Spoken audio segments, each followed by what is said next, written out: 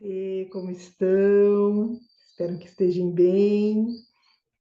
Vamos seguir aqui a mais um capítulo da nossa sublime canção do Senhor. Significado de Bhagavad Gita é sublime canção do Senhor. Vamos ouvir essa linda melodia que Krishna traz para nós, então. Estamos no capítulo 8, chegando quase na metade. E aí, estão gostando? Contem para nós. Este capítulo, o título é Integração na Suprema Divindade. Muito bem.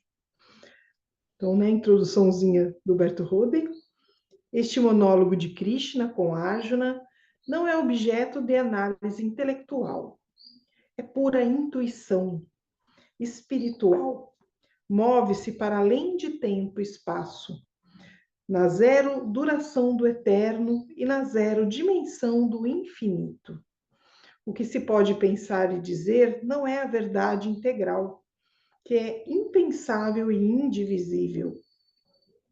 A verdade integral, que é a consciência da realidade, do uno, só nos é revelada quando eclipsamos em nós todas as ilusões de tempo e espaço, e todos os seus derivados e acessórios relacionados com os sentidos e intelecto.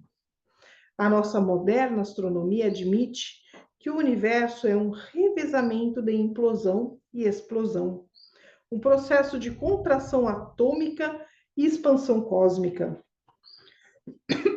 Esse processo é chamado pela filosofia oriental inalação e exalação de Brahman.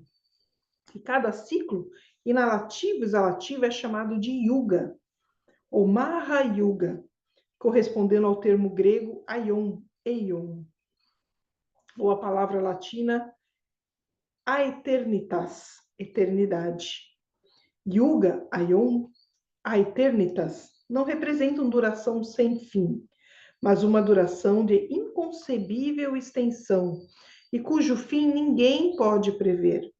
A falsa identificação de eternidade com duração sem fim se baseia no equívoco de que o eterno seja a soma total de tempos e que o infinito seja a soma total dos espaços, quando na realidade eterno é a negação de qualquer parcela de tempo e infinito é a negação de toda e qualquer parcela de finito. Filosofou bem aqui pra gente, né? Mas essa filosofia dele, né, racional ocidental, nos ajuda a entender melhor a filosofia oriental que Krishna nos traz também. Enquanto o homem peregrina no samsara de tempo e espaço, essa oscilação, né, de tempo e espaço, escravo dos sentidos e da mente, ignora ir o nirvana do eterno e do infinito, visão do espírito. Todas as sucessividades verso são ilusões. Somente a simultaneidade uno é que é a verdade. Ele gosta muito de brincar com essa palavra. Verso uno, universo, né? Ele gosta muito de fazer essas brincadeiras aqui com uno, com verso, universo, uni do verso, verso do uno, universo, né? E aqui ele está terminando com essa brincadeira aqui também, ó. Todas as sucessividades verso são ilusões. Somente a simultaneidade uno é que é a verdade. Ele filosofou para nos introduzir Krishna aqui, né? Agora vamos à tradução real da Bhagavad Gita. Fala Krishna. Que é Brahman? Esse Brahman que ele pergunta com N no final, esse uno, né? Que é o eu supremo? Que é a alma de todas as almas? Que é a essência de todas as essências? Que é a realidade neste mundo de aparências? Como é que tu és a suprema divindade em todos os deuses? Como é que, após a morte corporal, vive a consciência em teu espírito? Nossa, perguntas profundas, fortes e complexas, né? Vamos ver como Krishna responde isso. Fala, Krishna. Eu sou o Brahman. o único, o imperecível. Esse Brahman, o supremo eu, é a alma de todas as almas. O que nasce de mim e é a causa de toda evolução chama-se karma. Ele faz uma nota de rodapé aqui explicando esse karma. Karma, literalmente, na tradução de karma, é ação.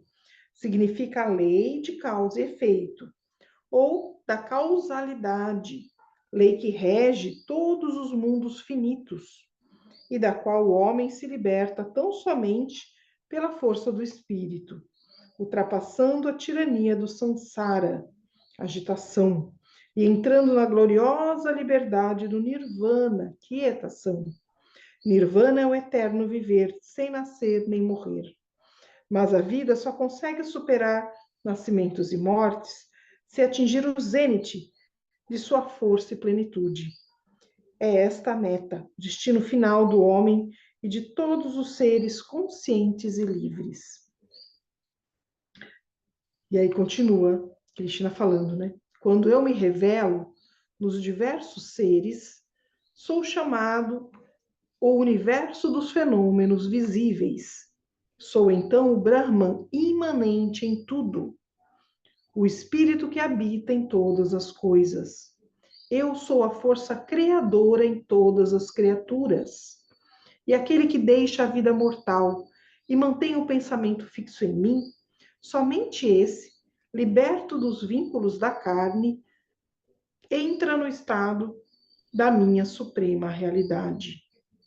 Aquele é o filho de Kunti, que ao separar-se do corpo material, mantiver a consciência focalizada no mundo carnal ou espiritual, atingirá aquele estado com o qual estiver identificado, porque cada um se assemelha ao que ama.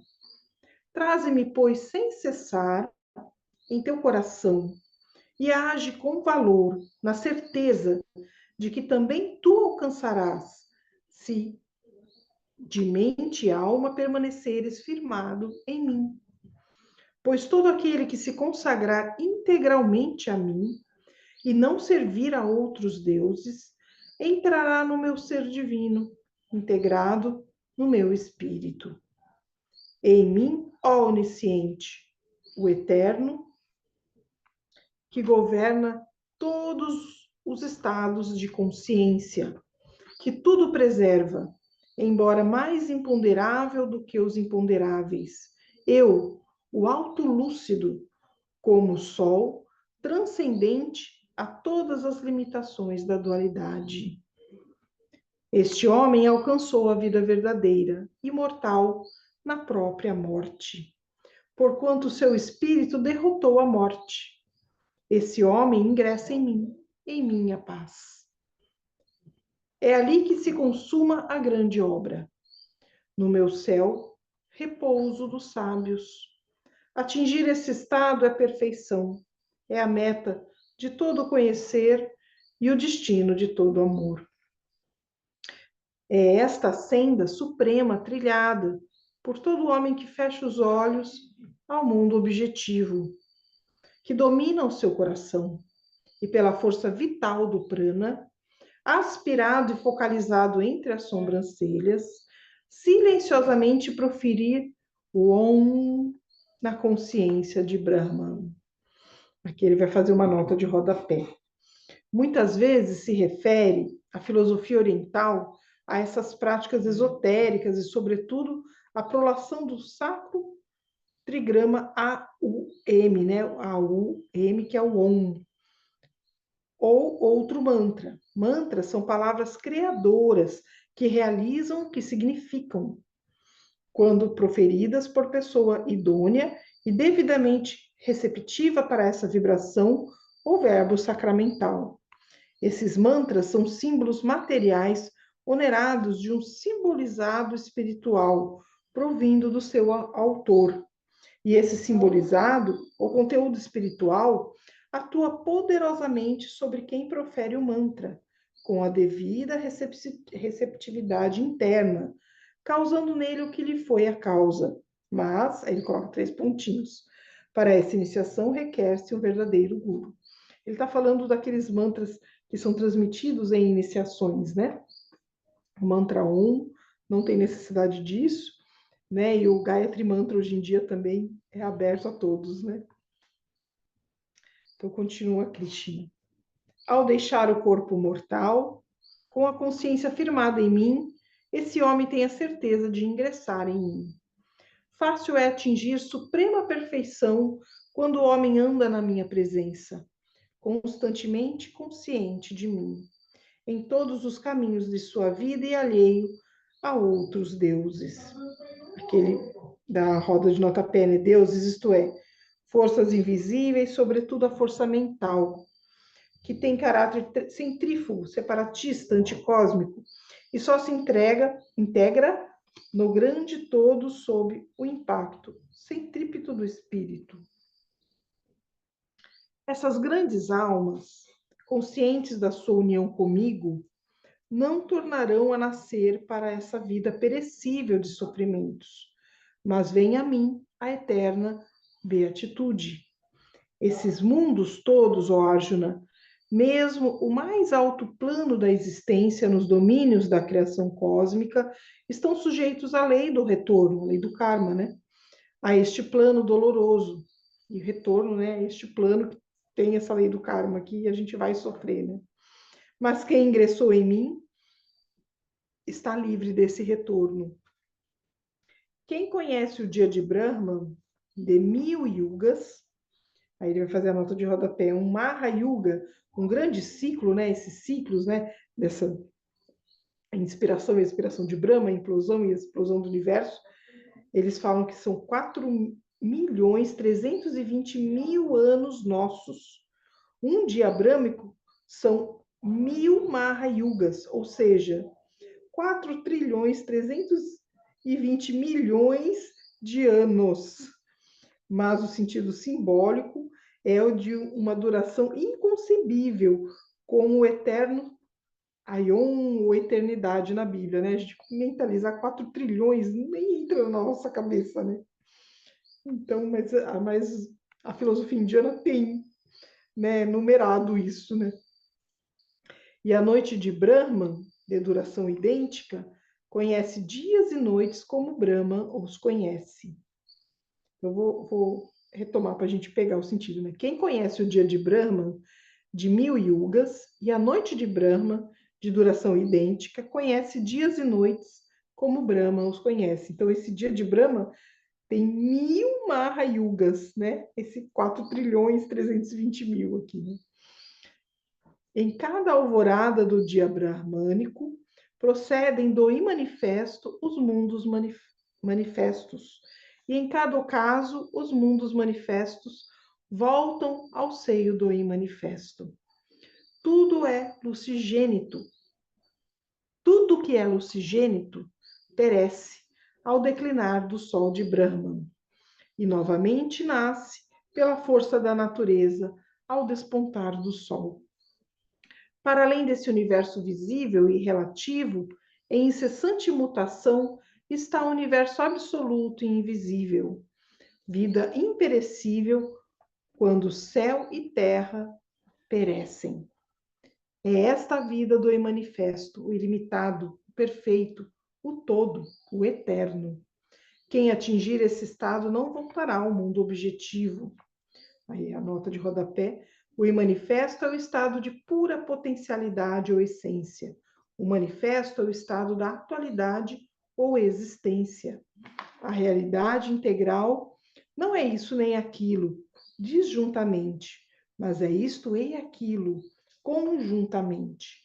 A divindade e realidade é ser, existir, potência e ato. Causa e efeito, passivo e ativo, e manifesto, porque é o todo, o universo. Né? E isto, ó príncipe, sou eu, o verdadeiro ser, o Espírito Supremo, em que radica a essência e a vida de toda criatura.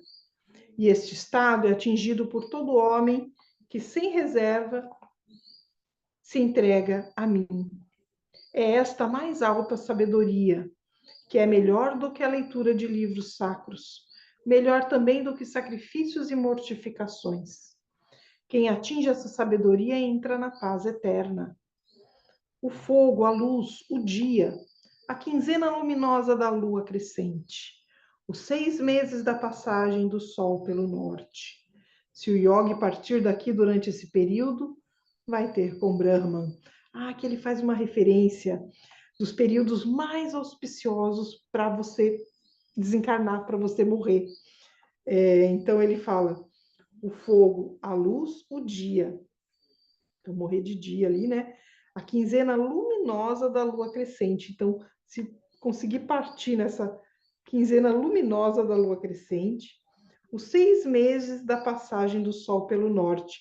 Então, né, quando está naquele período daqueles países lá do norte que tem 6 meses de noite e 6 meses de sol. Então, seria auspicioso nesses 6 meses de sol, né? Se o yogi partir daqui durante esse período, vai ter com Brahma. Então, o yogi que está nessa conexão e ainda consegue, né, desencarnar nesse período, né?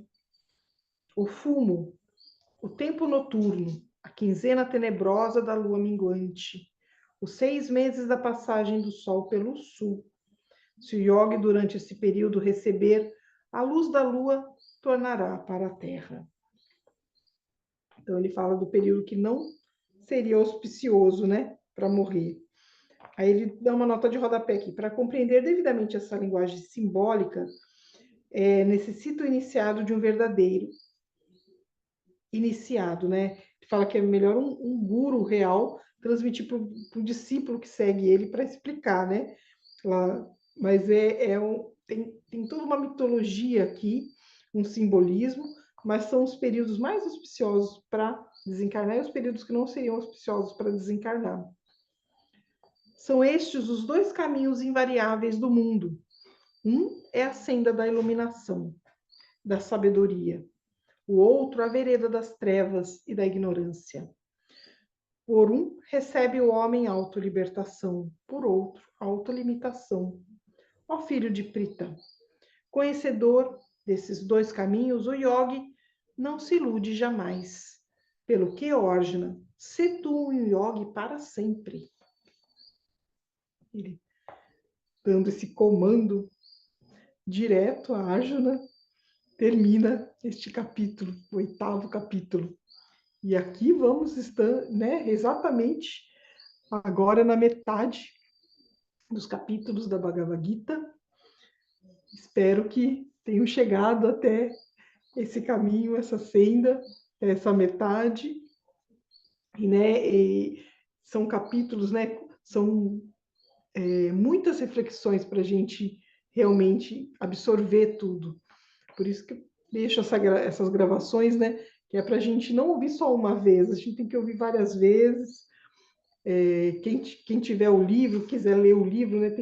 Os indianos falam que temos que ler a Bhagavad Gita, a quantidade de anos que nós temos. Eu teria que ter lido 51 vezes essa Bhagavad Gita, ainda falta muito. Por isso que decidi compartilhar pelo menos essa vez, ler com vocês, né? Já li algumas vezes, mas tem que ler ainda muito mais, né, para a gente conseguir absorver. É tudo, né, simbólico, metafórico, para a gente entender que não é uma vez, né, que a gente vai absorver, são muitos conhecimentos. E, né, a Bhagavad Gita é como se fosse o resumo de toda a sabedoria da filosofia Vedanta, da filosofia dos Vedas, de livros assim muito grossos, de sabedorias muito ancestrais. Então, realmente, é muito complexo, né? Muita coisa apenas nesse diálogo de Krishna. Por isso que o ideal seria a gente ler várias vezes para absorver realmente esse ensinamento. E devagarzinho a gente vai, né, tendo essa conexão. E espero que a conexão, então, com a verdade do caminho, né, do yoga, do yogi, como ele diz, né, esteja chegando ao coração de vocês. Namastê.